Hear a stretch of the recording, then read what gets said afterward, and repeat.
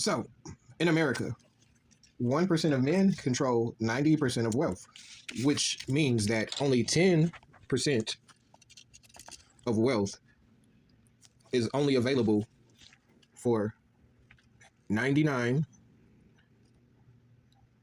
90% of men left over and 99% of women who were left over. Why is that? Because typically men in the 1% are all married, which means that they only can marry one woman. That means that as far as wealth or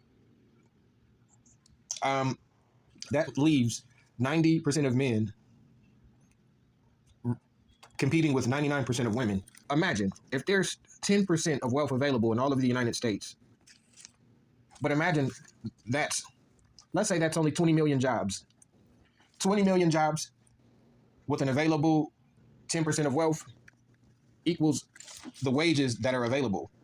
Now, this is a hypothetical number. Let's assume that this is 1950 and that every woman wants to be a housewife, meaning that every man is going to work and support a woman, which would mean that 90% of men have access to 10% of wealth. And if, let's say, if that 90% of men equals 20 million jobs, then that's how wages are determined. There's actually less wealth available now compared to before, meaning that there's actually only about 8% of wealth that's available, meaning that 92% of wealth is controlled still by 1% of men.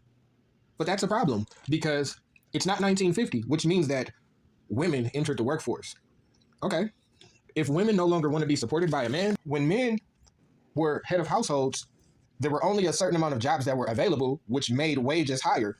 Now, there's less wealth available. There's 2% less wealth now available to all Americans compared to 10% 50 years ago. But now there are twice as many people competing for a lower amount of wealth, which means that wages have to go lower because as there are more people that enter the labor market, that doesn't change the available amount of wealth.